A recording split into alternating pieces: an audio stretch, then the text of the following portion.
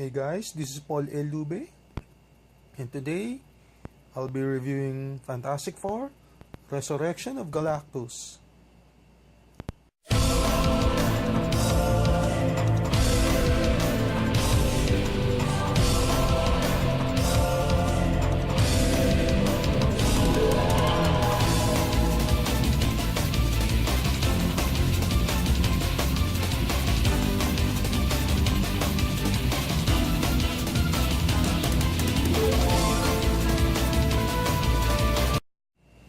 Now that that intro is out of the way, let's talk about the book.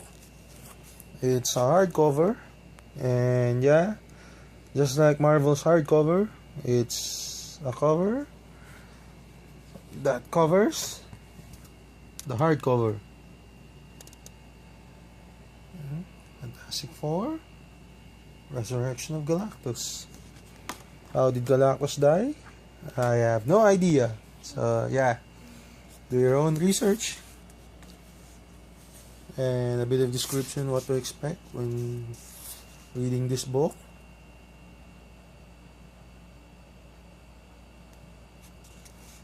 And the back, yeah, it's the back cover that covers the back, and nothing is in the back. Okay, and here the writers and artists that worked on this book, Fantastic Four: Resurrection of Galactus. And yes, time to talk about the book. Okay, where do I begin? Okay, first off, this review might contain a lot of spoilers. So yeah, spoiler alert. And now that's out of the way. This book contains the Fantastic Four 2001 annual and Fantastic Four Volume 3, Issue 46 up to Issue 50. Now, yeah, Galactus is dead here, but the Galactus that we're seeing here is actually from an alternate reality. Yeah, I know. The title of this book is Resurrection of Galactus, and yes, that's what's going to happen in this book. Now, the thing about this book is, yeah, as you expect from a Fantastic Four book, it's cosmical adventure. Yeah, Galactus Skull was sent, and inside was the Herald of Galactus, known as Nova. And no, it's not the human rocket. And yeah, this is Frankie Ray, who was a former girlfriend of Johnny Storm. And yes, reality here is combining for some reason. No, wait, not really for some reason. Because, yeah, I might as well reveal it. The reason this is happening is, yeah, being of multiversal power emerges from eternity. And this multiversal being, the big baddie, is known actually as Abraxas. And Abraxas is the antithesis of eternity. Oh yeah, in this book, it's actually revealed that for every universe, there's an eternity, and there's for every multiverse, there's a multi-eternity or multiversal version of eternity.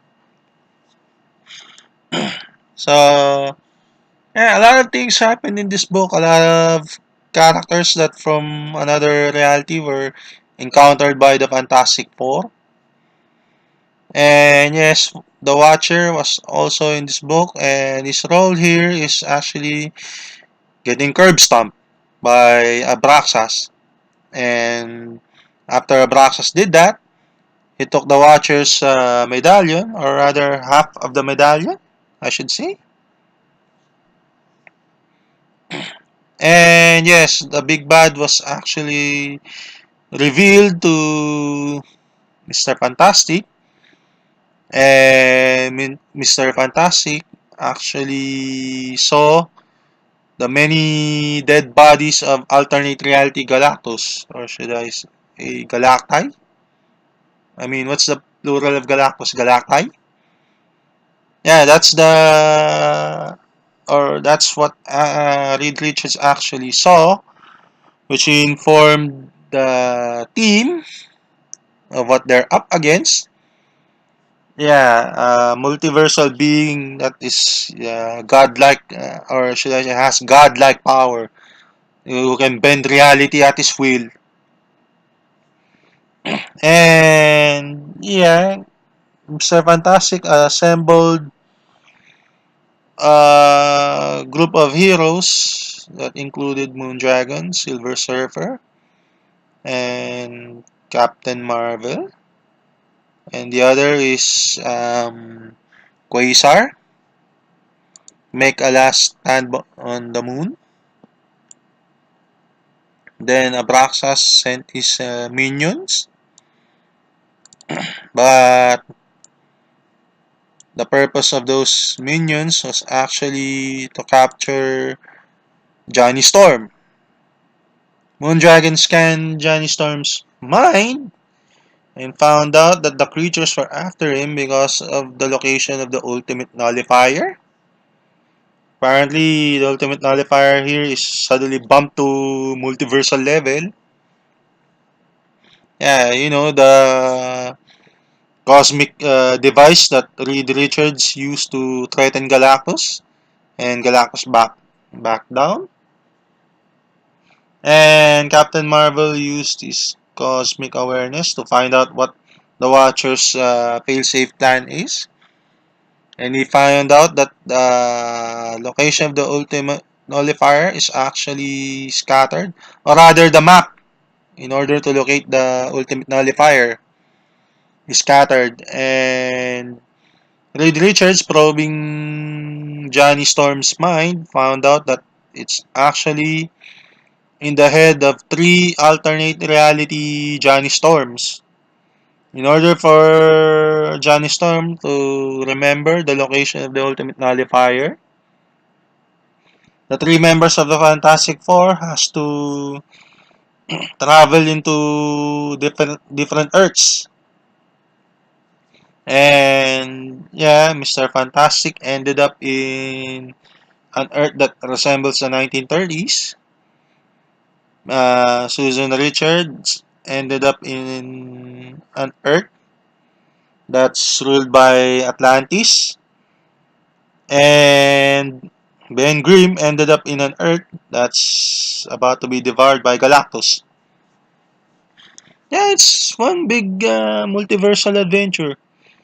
And the mission of the three is to locate the Johnny Storm and have that Johnny Storm mind scanned by the machine they brought in order to unlock the location of the ultimate nullifier. So yeah, it's a cosmic scavenger hunt. And while this is happening, Abraxas is rampaging in the multiverse unopposed. And yes, realities are combining into becoming one reality. Another thing to note about this book is it has its twists and turns. Yeah, apparently the three members of the Fantastic Four succeeded in locating the Johnny Storm of the reality. And of course, they unlocked the location of the ultimate nullifier. And the Johnny Storm of Earth 616 finally remember where the ultimate nullifier is located. And yeah, this is where Nova, Frankie Ray, actually struck. Turns out that he's or she is actually an agent of Abraxas. And of course, Abraxas appears in front of Roma, the Omniversal Guardian, and begs Abraxas to stop with his plan of multiversal destruction. Of course, Abraxas says that, yeah, he's not going to stop. Of course, I'm paraphrasing. And what happens next is, yeah, Abraxas has the ultimate nullifier and kills Roma. And yeah, an epic final battle occurs that pits the Fantastic Four against an army of Novas. And yeah, Frankie Ray of an alternate reality revealed why she's doing this. Turns out the Galactus of her reality is actually a D-bag. Turns out that, yeah, she was offered as a herald of Galactus in order to save Earth. But Galactus, or the Galactus of her reality, was a D-bag and still devoured her Earth. So, of course, that is going to drive Frankie Ray mad. And yes, more alternate reality characters appearing. Yeah, even an alternate reality of Captain Marvel and Thor were battling the army of Novas that Abraxas summoned.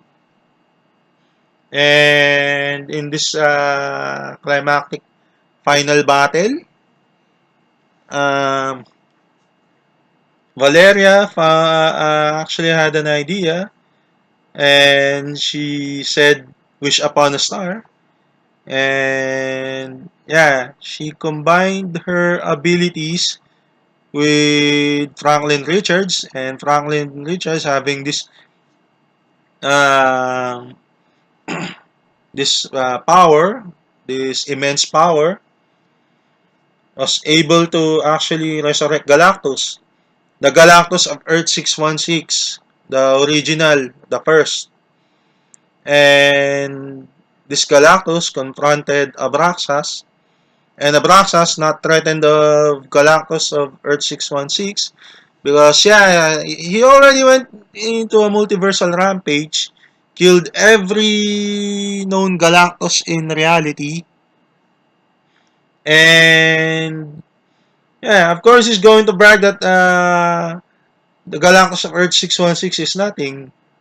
So can you say overconfidence? And Abraxas brags about having Galactus' ace in the hole, the ultimate nullifier. But Galactus reveals that, yeah, just like a loyal dog, you can call the ultimate nullifier. Here, boy! Yeah, so he called the ultimate nullifier, and the ultimate nullifier appeared on his hand. He reveals that the ultimate nullifier is a part of him as like his heart. I wonder, the first time Galactus arrived on Earth, and Reed Richards threatened him with the Ultimate Nullifier. Why didn't Galactus just, I don't know, call the Ultimate Nullifier? I've heard some people rationalize it because Galactus was hungry and he couldn't call the Ultimate Nullifier at that time. Okay, fair enough. I mean, in this comic book, I'm willing to believe that Franklin Richards not only resurrected Galactus, but he resurrected him at full power, or at least, in his no longer hungry levels. So this is why he was able to call the ultimate nullifier. Okay, so fair enough. Now, yeah, one of the Nova army that Abraxas summoned rammed Galactus on the head. And of course, this allows Galactus to let go of the ultimate nullifier. But the thing is, it still landed on the good guy's hand, in Reed Richards' hand. And then Reed Richards, using the ultimate nullifier, destroyed and recreated the entire multiverse, the Marvel multiverse. And in this recreated Marvel multiverse, Abraxas doesn't exist. So we can say that Abraxas was back in his cage. And yeah. Oh yeah, and those people that were killed by Abraxas, the Silver Surfer, were resurrected. So yeah, it's sort of cosmic cheat. The ultimate nullifier is like a reset button. So yeah, everything was reset and Abraxas was back on his cage. So what do I think about this book? It's good. Yeah, I'll give you that, but not to the point of being blockbuster. Although I would say it's almost like an event type book.